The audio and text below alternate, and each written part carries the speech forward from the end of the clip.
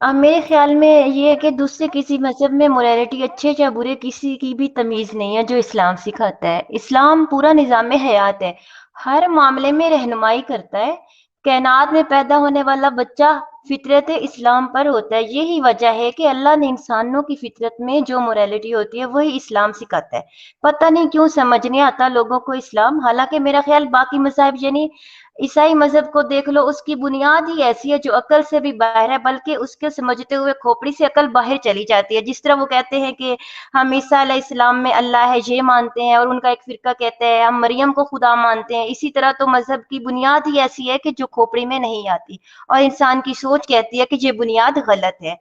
बुनियाद के बाद बाकी बात नजरियात की है, इनकी तालीमात की है। तो तालीमात भी इंसानों की फितरतन जो तमीज़ है वो ये महसूस करती है कि तालीमात गलत हैं। और ईसाई मजहब में, और जिस तरह औरतों की तजलील है, ये औरतों को तो औरतों के तो हक ही नहीं है ना, रुस्वा किया जाता है उनमें।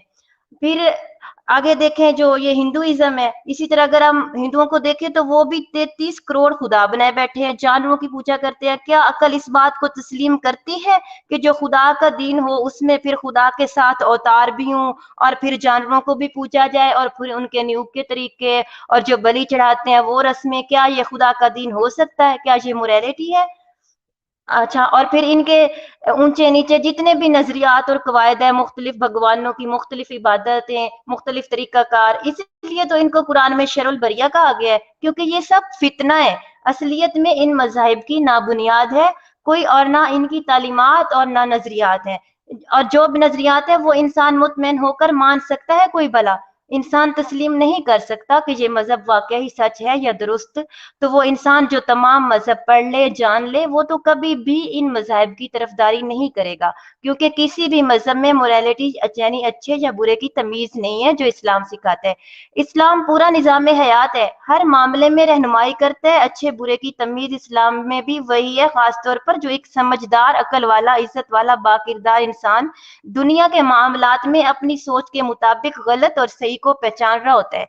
लेकिन इसका मजहब कोई नहीं होता। देखिए, जैसा इंसान खुद चाहता है किसी काम में कि अच्छा है या बुरा है, इंसान के लिए इंसानियत में कैसा अच्छा अमल करना है, जब इंसान ये समझ रखता है कि अच्छा और बुरा क्या है, उसकी तमीज और फर्क कर सकता है, वही अच्छे बुरे का फर्क इस्लाम भी सिखाता है। मेरा ये बात करने का मकसद ये था कि कायनात में पैदा होने वाला हर बच्चा फितरतन इस्लाम पर ही पैदा होता है। यही वजह है कि अल्लाह ताला ने इस इंसान में जो मोरालिटी रखी है, यानी अच्छे बुरे की तमीज रखी है, कि इस्लाम भी यही अच्छा और बुरा सिखा रहा है इंसानों को, इंसानियत सिखा रहा है, ताकि इंसान इस्लाम कबूल कर, जो इस्लामी घराने में पैदा नहीं हुए, किसी दूसरे मजहब के घर में पैदा हुए हैं, उनको चाहिए कि वो अगर दुनिया में अच्छे बुरे की तमीज जानते हैं तो इस्लाम को पढ़ लें, फिर कबूल करके ईमान ले, क्योंकि इस्लाम में हमारे ही फायदे के कानून और अहकाम है। इसलिए तो कितने लोग जो बाकी मज़ाहिब में जिल्लत रुसवाई, ना कोई नजरिया ना उनकी बुनियाद, उसको पहचान लेते हैं तो अल्लाह रब्बुल इज्जत की तरफ रजू करके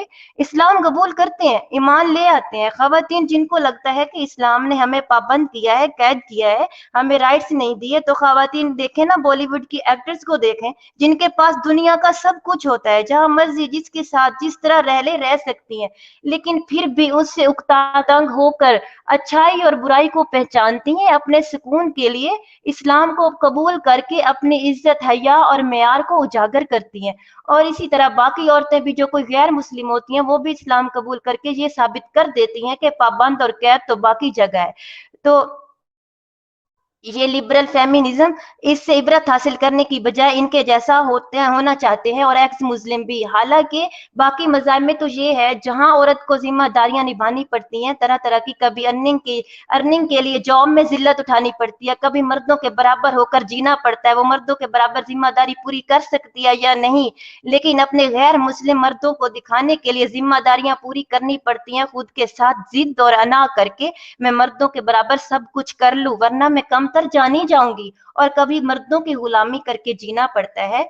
इस तरह कैद में आई होती हैं। دوسرے مذہب کی عورتیں، لیکن اسلام میں جس کو وہ قید کہتی ہیں وہ آزادی ہے، کیونکہ یہاں عورت پرسکون جیسا چاہے رہ سکتی ہے، مرد اس کا محافظ ہے، بھائی باپ ہسبینڈ اس کا ذمہ دار ہے، وہ با حیا عزت دار پردہ کو برقرار رکھتے ہوئے اپنے معیار کو مضبوط بنا کر جاب چاہے تو کرے، نہ چاہے تو گھر میں رہے۔ یہاں اسلام میں عورتوں کو کسی قسم کی کوئی پابندی نہیں ہے، نہ کوئی کسی معاملے میں کمتر سمجھا جاتا ہے، جیسا کہ باقی مذاہب میں عورتوں کی تذلیل اور کمتر جانا جاتا ہے۔ تو غیر مسلم عورتوں کو چاہیے کہ اس فتنے کے دور میں یہ اندھی غیر مسلم عورتیں خواہشات جو رکھتی ہیں جو غیر اسلام مذہب میں ہیں، یا اس قید کی زندگی کو جو وہ ہندوازم میں اور باقی مذاہب میں تذلیل کروا کر جی رہی ہیں، ان کو سائڈ پہ کر کے اسلام کی طرف رجوع کریں، اپنی حقیقت پہچانیں۔ اگر اپنے اچھے اور برے کو پہچانتی ہیں تو عبرت حاصل کریں دوسرے مذاہب کی ذلت سے، اور پلٹ آئیں اپنے رب کی طرف اس وقت سے پہلے کہ جب اللہ تمہاری طرف پلٹ آئے۔